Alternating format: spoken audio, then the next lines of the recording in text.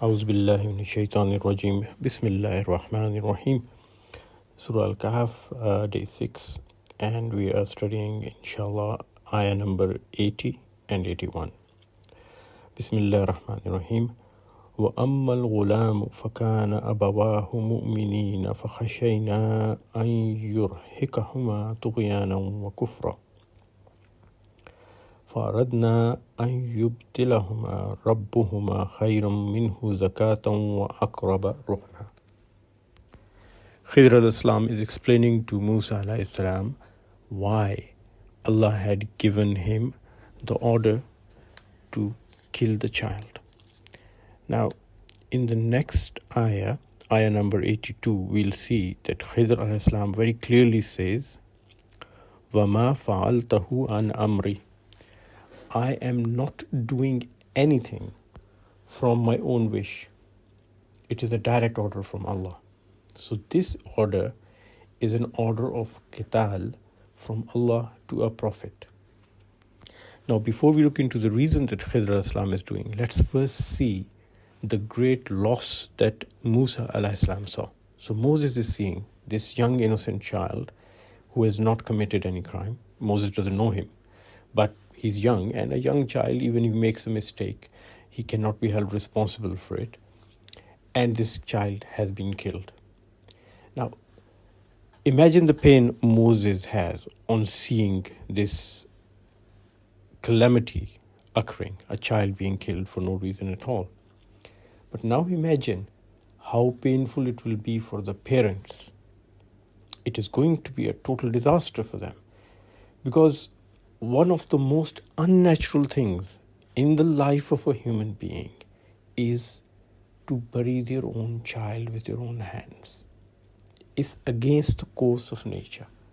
It's against the normal convention of human life. We are designed, we are made genetically, mentally, physically, spiritually. We are designed to ensure the survival of our children. So this is a great thing. It shocks you to the core when you see a child dying, especially when a parent finds out their child is dead, because this is something which is totally unexpected and unacceptable by people, because it's not the natural course of events. The children are supposed to bury their parents, not the other way around. Now, with that in mind, now let's see Khidr al-Islam's explanation. He says, وَأَمَّا الْغُلَامُ, as for the child, فَكَانَ أَبَوَاهُ مُؤْمِنِينَ, his parents were very righteous people. So this is important. If the parents are righteous people, they are good parents, they're bringing him up right. There's no influence of a bad environment on this child. So this child is getting a very positive environment. He is getting a very supportive environment and a very proper upbringing. But then Allah says, فَخَشَيْنَا أَن يُرْهِقَهُمَا طُغْيَانًا وَكُفْرًا, and we feared that he should oppress them by rebellion and disbelief. So the fear is that he might oppress his parents by his disbelief and by his rebellion. So he will oppress the parents. Now, I want you to hold that thought, oppression of the parents. Now, keep that in mind. Let's go, shift away from this topic. Let's go to the worst people in the world. Killers, mass murderers, who committed genocide and war crimes. Let's start with Genghis Khan. Genghis Khan killed millions of people. It was a massive genocide on an international level, Europe and Asia. Hulagu Khan, his grandson, even worse, he killed more people than Genghis Khan. He destroyed all of Asia, very focused on Asia, by the way, never ventured into Europe. Temur Lung, as he's called, he killed even more people than Hulagu and Genghis combined. And these are the people who made towers of skulls. So they would make towers, like with bricks and stones, and insert skulls into them. And these towers would last for decades, for 30, 40, 50 years. People would pass by, and they made them at crossroads. So people would pass by and see these massive towers made of bricks and stone, and which had skulls inserted into them. And you know the bone, it doesn't degrade very easily. For 50, 60, 30 years, people would see these towers, monuments to the massacres they committed. Hitler, gas chambers, millions of Jews killed. And more than the Jews, many people don't realize, he killed gypsies. 90% of the European gypsy population was annihilated, totally killed. All of these people, Genghis Khan, Halaku Khan, Temur Lung, Hitler, they were all extremely kind to their parents. These people never oppressed their parents. They were kind to their wife and children too, to their brothers too. Genghis Khan did kill his stepbrother when he was 14-year-old with the help of his real brother. And he got told off by his mother. The mother just told him off because the brother he killed was from another mother. So that's the closest he came to oppressing his family. But he was so kind to his mother that once when the enemies attacked him, he left his wife and took away his mother because he had only capacity to save one person. And then to rescue that wife, he had to come back after a year. And by the time he got his wife back, she was already pregnant with a child from the enemy. So what I'm trying to say here is that these people, for their parents, they had massive love and respect. Because our concept of love and fear comes from the love of the parents. The parental love is the basis of our behavior in life. Even things like xenophobia and racism, they have the roots in our love for the parents. Why do we trust, like, and support people of the same race, ethnic identity, and linguistic group as us? Because they remind us of the trust, love, and affection that we get from our parents. This boy has righteous parents, loving, caring, trustable parents, confirmed by Allah. He is starting his life by oppressing them. Can you imagine what would he do to the rest of the world when he grows up? He would put Genghis Khan, Halaku Khan, Temurlang, and Hitler all combined to shame. If he gets the opportunities that those people got, he is going to create global massacre because he doesn't have any sympathy and love for his own parents. And even if he doesn't get the opportunities those people got, whatever level in life he has, imagine what would he do to people around him. Now, this is the kind of disaster that Allah is averting. Now, there's three things we're going to see. The first thing is his attitude towards the parent, and imagine what he'll do to the rest of the world. But let's track back a bit. Allah says, فَخَشَيْنَا أَن يُرْهِقُهُمَا طُغْيَانًا وَكُفْرًا.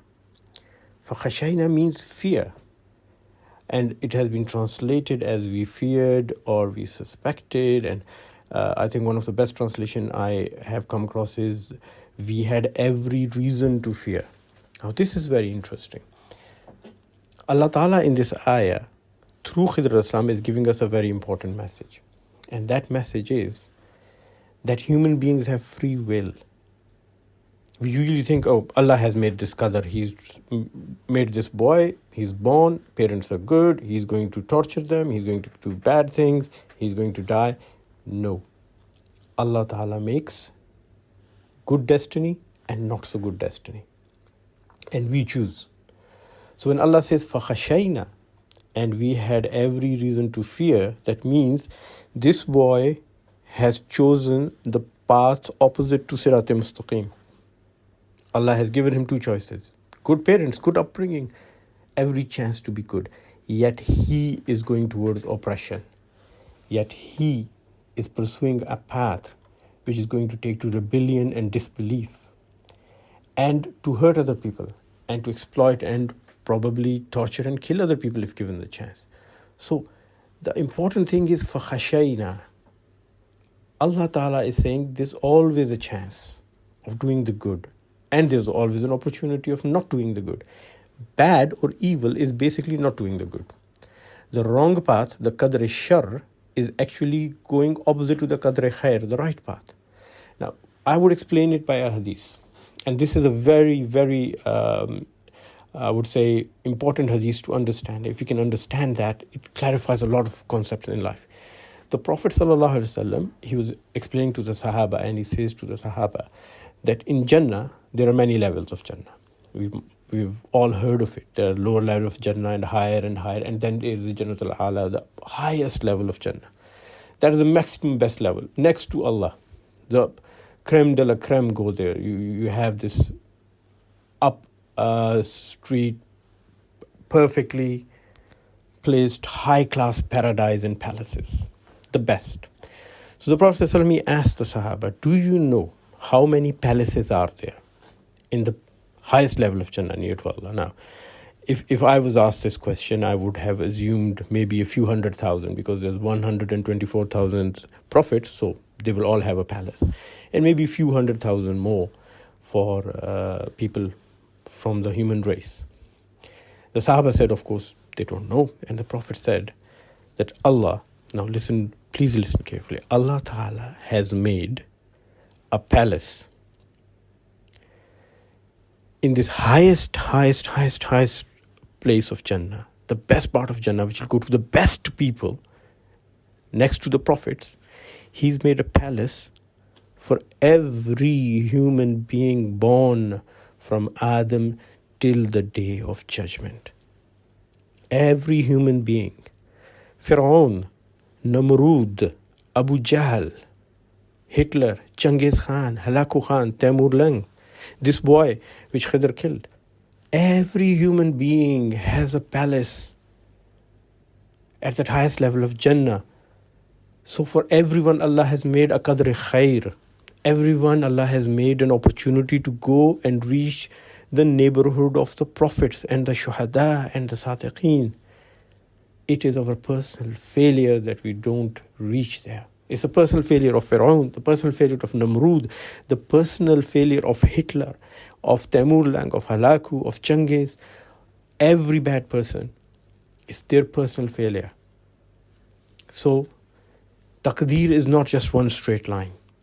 Taqdeer comes with choices, the choice of good and bad. At every step of our life, there's a choice, good and bad, right and wrong, good and bad, right and wrong. We choose. We cannot blame taqdeer, and na'uz billah, we cannot blame the one who makes the taqdeer for our faults. The choice is always there. This is the second lesson. Now let's come to the third lesson. The third lesson from this ayah is that you have to see the death of this child in a different light. Death is not the end of life, but it's a transition from one life form to another.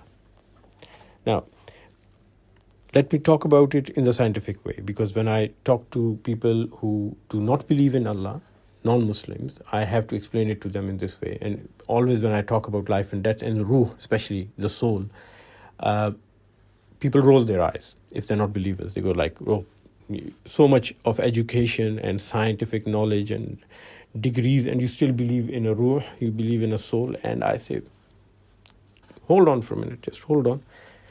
Listen me out, hear me out. What's the difference between a living and a dead human being? A living human being lying on bed, ECG electrodes attached. On the ECG machine, you see a waveform showing that there's a current in the body. That's what the ECG measures. Measures a current in the body. Same person, when he dies, you see a flat line, no current in the body. So what has gone missing from that body, which made a living person a dead person? The current, the energy flow in the body escaped. It left the body. And that is what is the ruh. That is what we can understand of the ruh. Allah says, you only have a limited understanding of ruh. So our understanding is the ECG waves going flat. But science says and physics says, energy cannot be destroyed. It only changes from one form to another. This is physics. This is science. Energy cannot be destroyed. It can only be changed from one form to another. So death is not the end of life. It's just a change of my and your existence from one form to another. So this child, to me and you, is dead and finished. He's not. He has just transited from one life form into another. Now, back to the start. First thing we talked about was the great loss. It is a great loss. It is an immense loss for his parents, no doubt about it. But we said that with every calamity, Allah says He brings ease, and He brings double ease. For every hardship, Allah brings twice the ease. So let's go to the parents and see what ease Allah has brought to them. The first ease, which Allah mentions in the next ayah, ayah number 82, is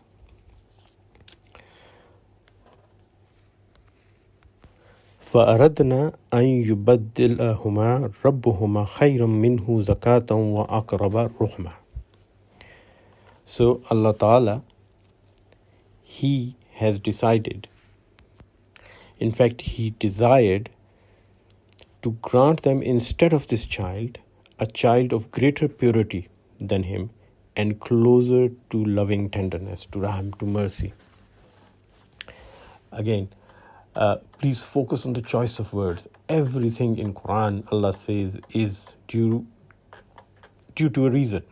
So Allah says that someone who's closer to mercy. Doesn't say how much close. That indicates that it's up to the child to decide. Even the next child which is born, it's up to him to decide how close to mercy he would be. Allah Ta'ala has given him righteous parents. He's given him the Sirat-e-Mustaqim and the guidance from his parents, from his environment. It's up to him to decide. And that child is going to be closer to mercy than the one which has already gone, because this one, he did not take that opportunity well. In fact, he took the opposite path, and he was going on a path of self-destruction and a path where he's going to bring pain and misery to other people. Now, that's the first ease which has come with this calamity for the parents. What's the second ease? Now, go back to the previous ayah. If you go back to the previous ayah, we find out what the second ease is. This child was going to oppress and torture his parents. He was going to bring them a lot of grief. So the second is, Allah has saved them from that grief. I know the loss of a child is a great pain, but imagine the pain of being oppressed and tortured by your own child. Now the next thing, let's not forget the child himself. For the child, this is a calamity too. He's been killed. And what ease has Allah brought him? The first ease Allah has brought him is, Allah has saved him from causing oppression in this world. If he would continue on the path that he's continuing and start by oppressing his parents and then the other people around him and then more people and getting the opportunity, if he got the opportunity like genocidal murderers did, the whole world he would have brought oppression to, what would happen to him? People would hate him. He would be despised. Nobody would like him. Nobody would remember him in a good way, and nobody would love him. He would be denied the social existence. And human beings, we cannot exist alone. We need approval of the society. We seek the approval of the society and people around us. But he would be despised and hated, and that would make him more angry, and shaitan would encourage him more to oppress more, to rebel more. So Allah saved him from that fate, from that path that he had chosen. The second thing, if he would have been like that, oppressing his parents, bringing death and destruction, he would end up in hell. Now that he has been killed at such a young age, Allah Ta'ala says that any unexpected death, especially a death by disease, accident or violence, in his case this is a violent death, it is a type of martyrdom. And martyrs are blessed with the highest status in the life hereafter, which is the eternal existence. And they are at the same level as the prophets. They are in the company of the prophets. So this child, Allah has taken him. He saved him from a terrible future. He saved the mankind from a terrible destiny and future at the hands of this child. And he's elevated his status to the company of the prophets for the eternal life. And the real life is the eternal life. We all have to die one day. If this child would not have died that day, he would have died after 10, 20, 30, 40 years. Eventually, nobody lives forever. Here, I would like to add one thing very quickly, that whenever an innocent child dies, that doesn't necessarily mean that he was going to be evil later on in life.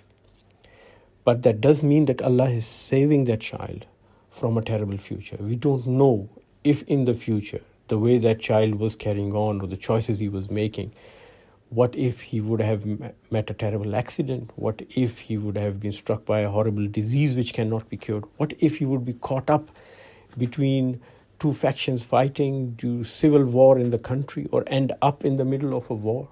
What if he would become a murderer? What if he would be an innocent bystander but suffer at the hand of other people? What if he would be a target of oppression and rebellion by other people?